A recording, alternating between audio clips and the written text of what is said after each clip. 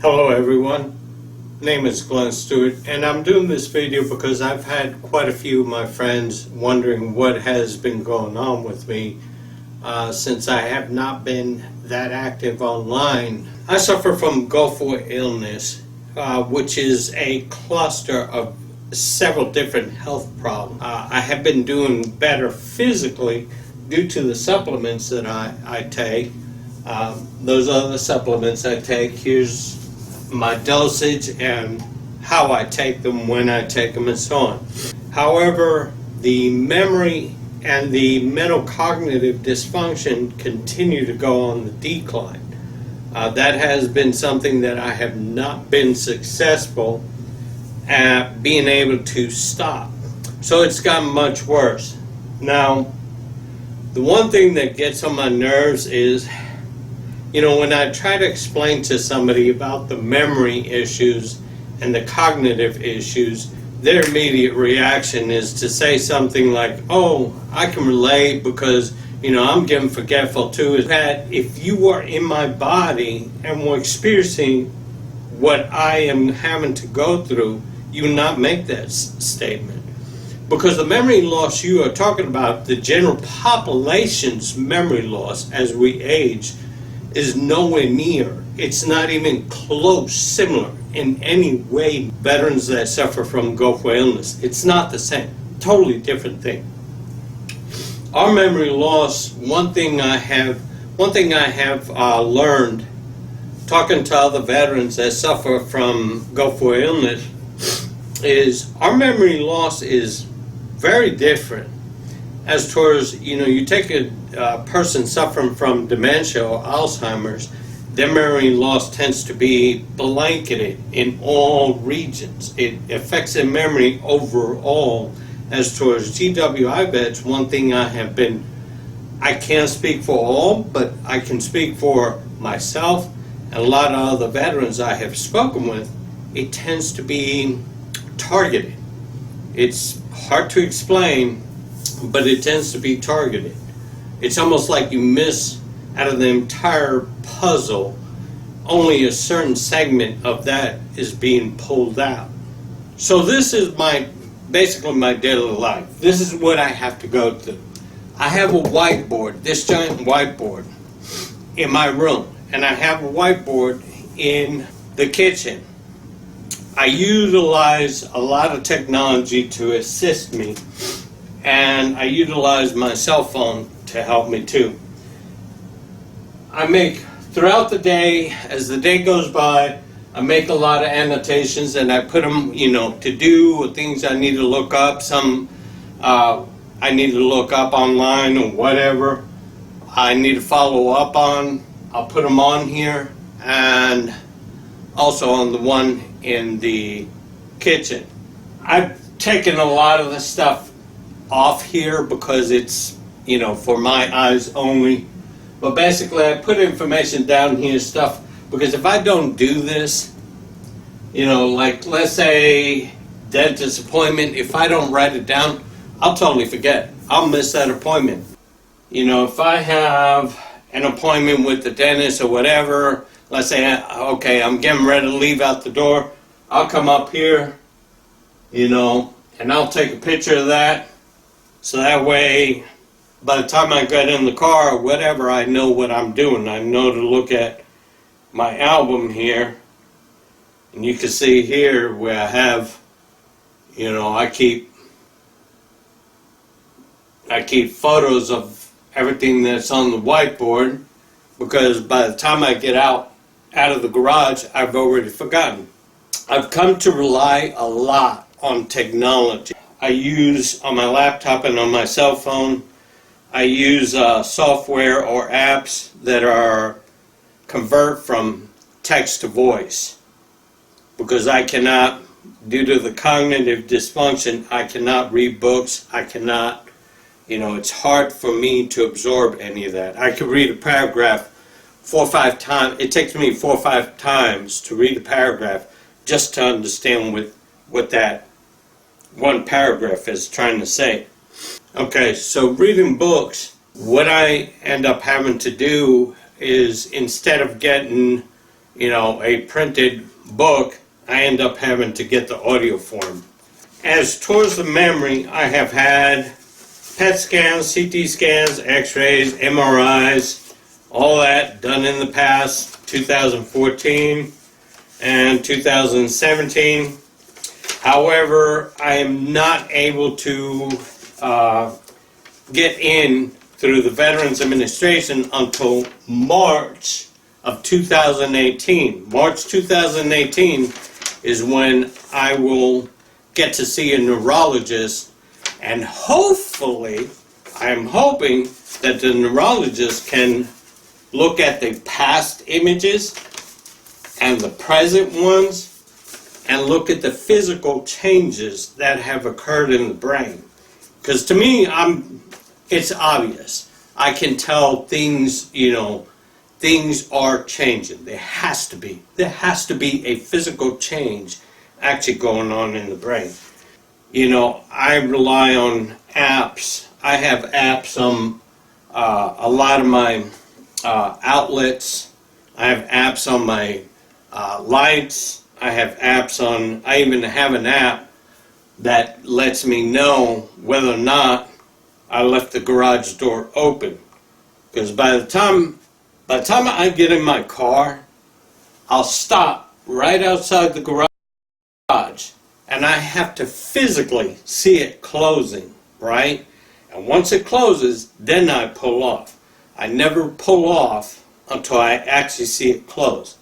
But by the time I have gone to the corner here, the stop sign, which is 2 houses down, I will look back again once more, or I'll look at my app on the cell phone just to see, okay, did I in fact close it? So I've had to do that. I had to replace my old garage door with a new one where I could see what's going on. I also have apps. I have surveillance cameras on the outside of the house and monitors in the inside of the house to let me know, okay, is somebody in my house? Is this closed? Is that open? Are the lights on?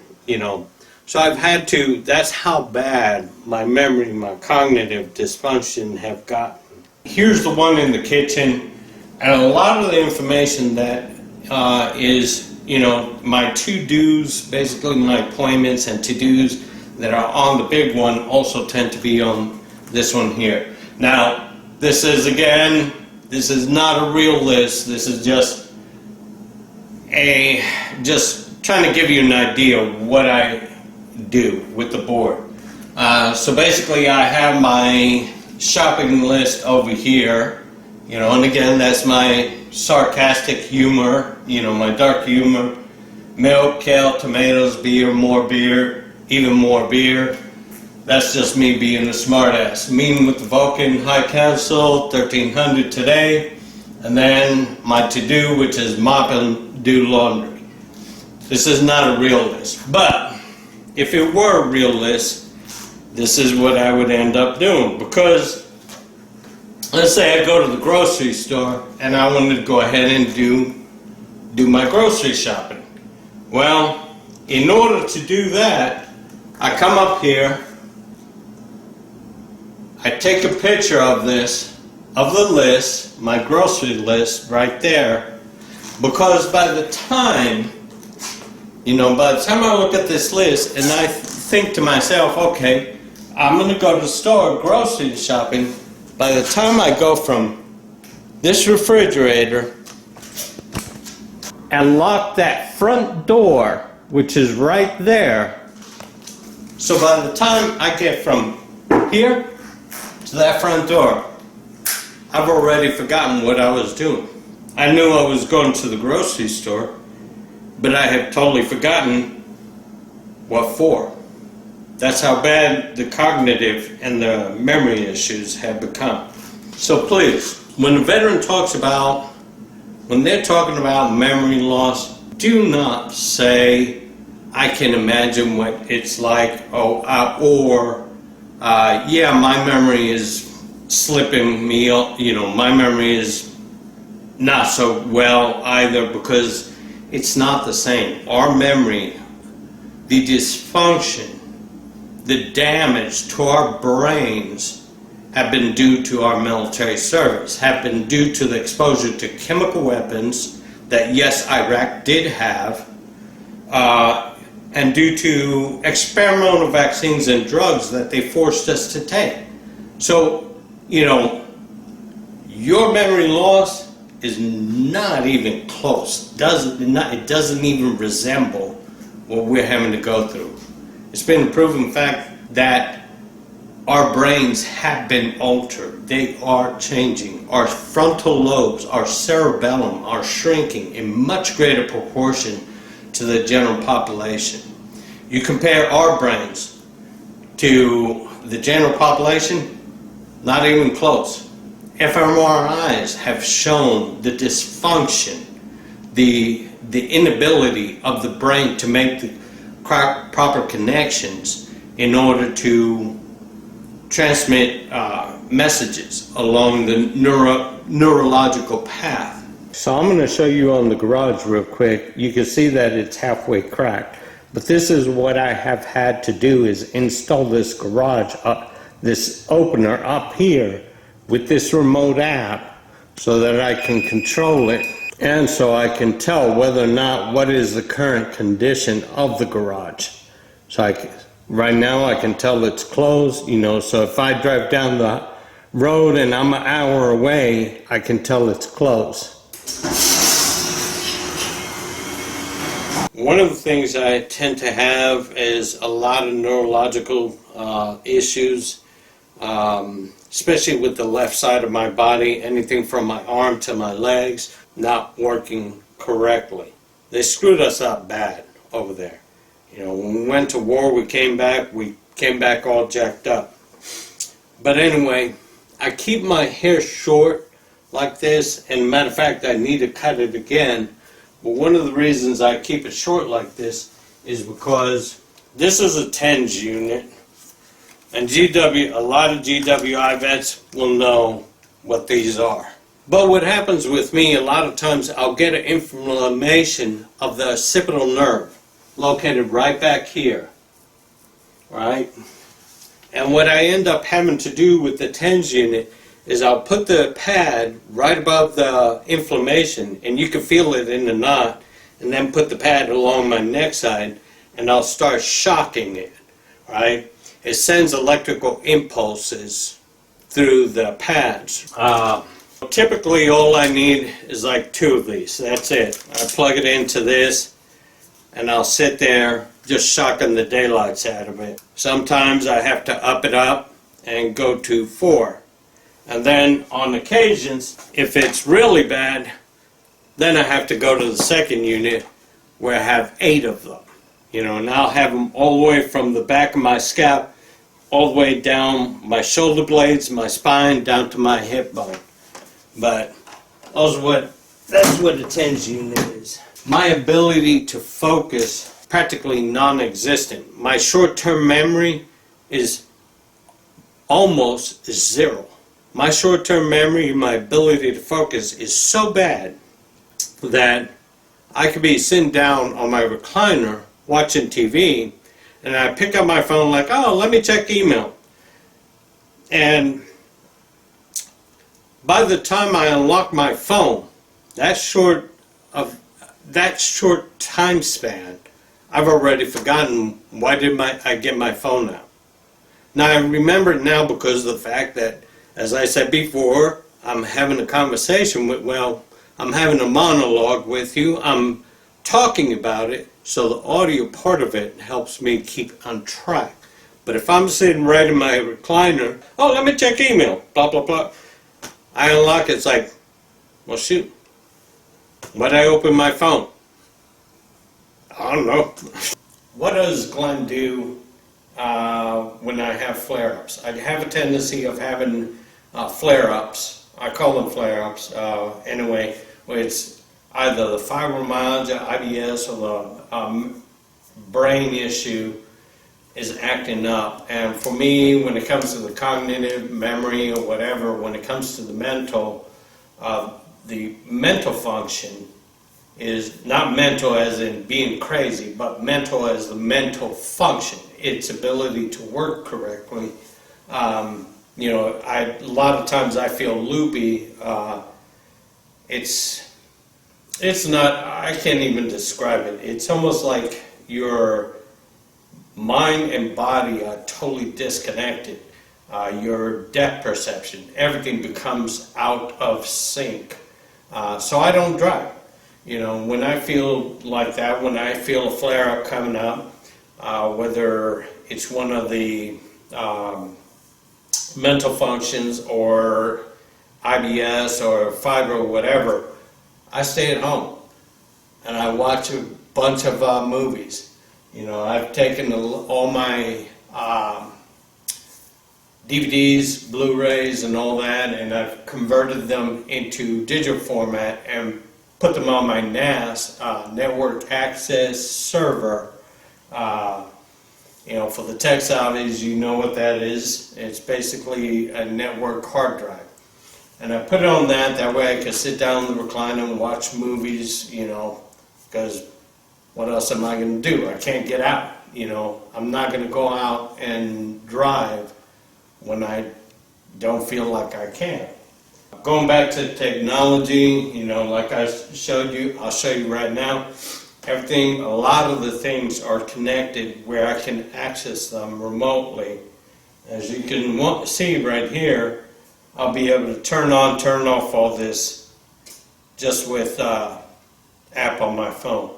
So now in closing, you know, it's, so my, not disappearance, but my inability to be on social media, you know, I want people to know that it's not that I'm trying to ignore you or have lost interest in, you know, fighting for GWI veterans or anything like that.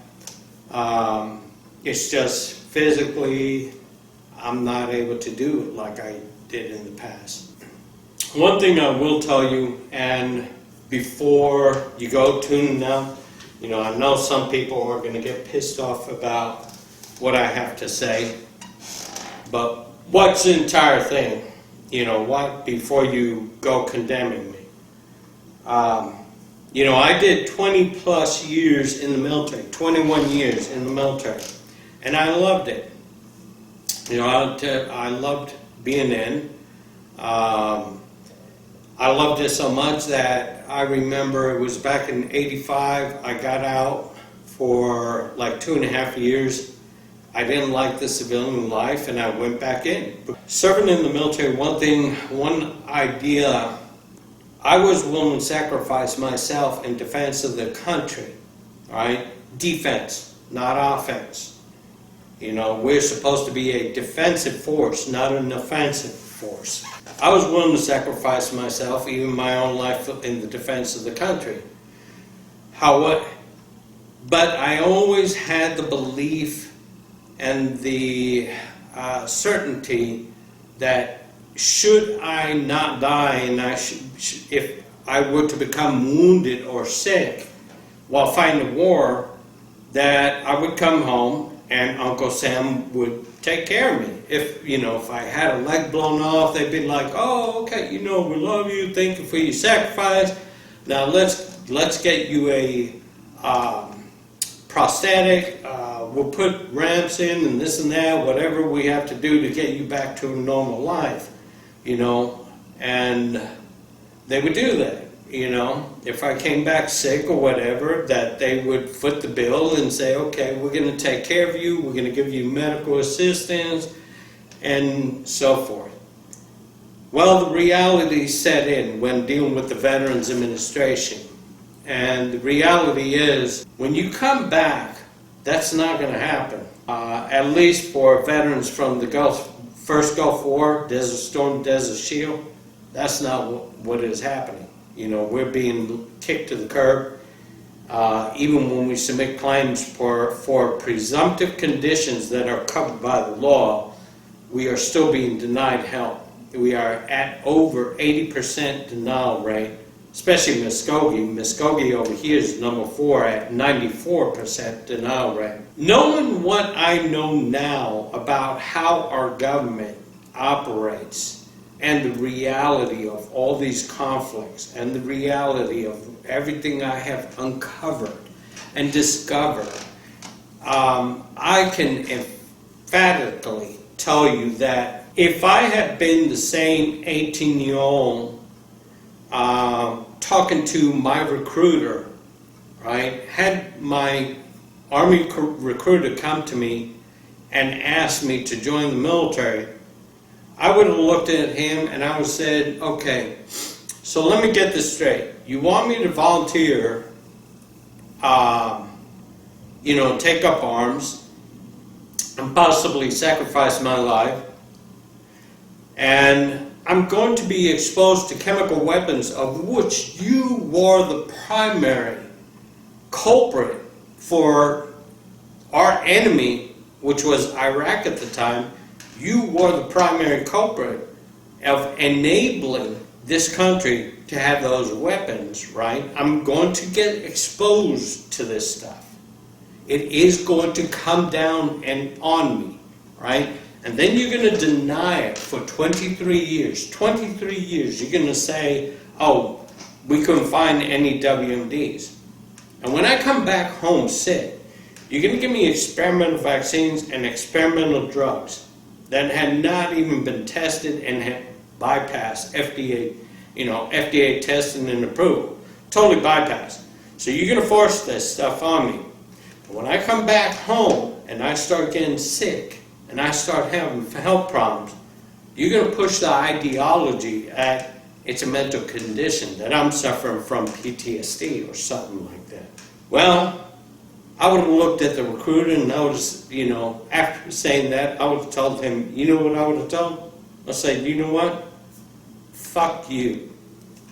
Fuck you. Let the rich people go fight their own wars. Because when it comes to all these conflicts, whether it's Iraq, Afghanistan, Syria, all these conflicts, Nigeria, you want to know the truth? You want to know the truth about anything? Why we're in such a country? It's all about the money. War is a racket. It's a racket of the rich to exploit a country, steal its resources that they don't want to pay for. But, if you disagree with me, that's fine. But that's my opinion. I did 20 years, so I'm entitled to my opinion. You disagree with me, that's fine. You're entitled to your opinion. But as towards me, I can tell you right now that if I was that same 18-year-old kid talking to that recruiter, I would tell that recruiter to go fuck himself. I'm trying to keep it short. As you can see, I still have, trying to keep my train of thought in alignment and keep my focus on track. I struggle with that all the time, But anyway, love you guys. Thank you for all your support throughout the years. Like I always say, regardless whether you're black, white, Christian, Muslim, gay, straight, I don't care if you're polka-dotted, transvestite. Be kind to each other. Peace, love, and serenity.